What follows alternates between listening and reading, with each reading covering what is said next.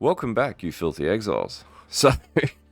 Yesterday we got an announcement that, and this was made formal, there was a bit of speculation beforehand that the Phrecia event would be extended for about 1 month in addition. This sort of makes sense and it's consistent because, yeah, quite frankly, the Phrecia event's actually pretty good. Now, there are obviously people's reservations about the idol system and things that don't work, like the skill tree window or the Atlas window doesn't really work properly with the Phrecia event, but I'd consider the idol system actually a little bit fun to play around with, and definitely the ascendencies. I think they need to add some into the core pool of ascendencies because things like Ancestral Commander are just freaking awesome. The problem with having such a limited time frame on this is that essentially it doesn't let us play the builds to the maximum competency or capability. But the big plus side here is what they're talking about with this update. So essentially, yeah, they're going to extend it for 1 month, which is fantastic. I think that's a great call. So essentially, that'll be until April 23rd. So that's a fair bit of time to get into it and play the Phrecia League. Let's just call it what it is. It's essentially a league. Now, they've also mentioned here if the extra month will not be enough time to try out all the builds in it, realistically won't, we'll be able to further experiment with Phrecia content with a set of private league templates that will be made available at no cost. I think this is a good trade-off considering we're not going to get a 3.26 league. As we sort of read down further below, after the end of the event on April 23rd, they'll be adding a list of private league templates which will be available for a month to play for free. Each event will have a limit of 20,000 player slots, which is huge, and you'll be able to create as many as you want while they're available. They'll also reveal more details as well for the full list of private league templates in a few weeks' time.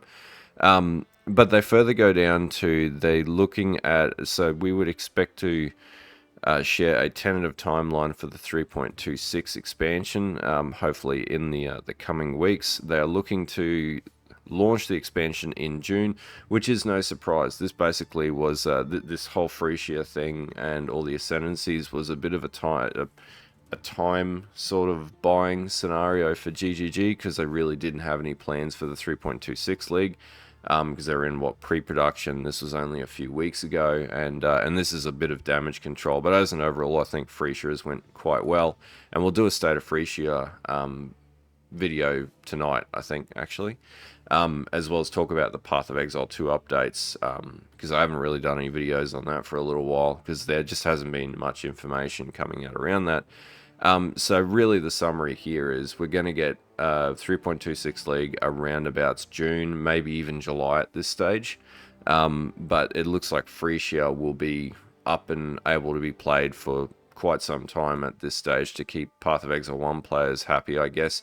And also looking at this, I was actually going to look at emailing GGG to see if there's the ability to have an infinite delve private league, because what I might consider doing is contacting them and seeing if we can play the Phrecia Ascendancies with an infinite delve private league, and we might make like a Filthy Exile private league or something like that.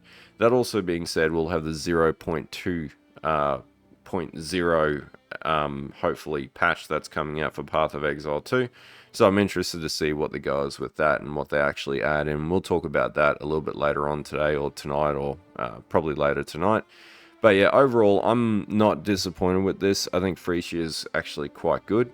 And I think the ascendancies they added to the game definitely make PoE 1 a totally different game in a lot of elements. It just totally shakes up any meta that might have existed and gives you so many more options to play so many different builds that previously we didn't get access to. But we'll talk about some of the build diversity and whatnot later on.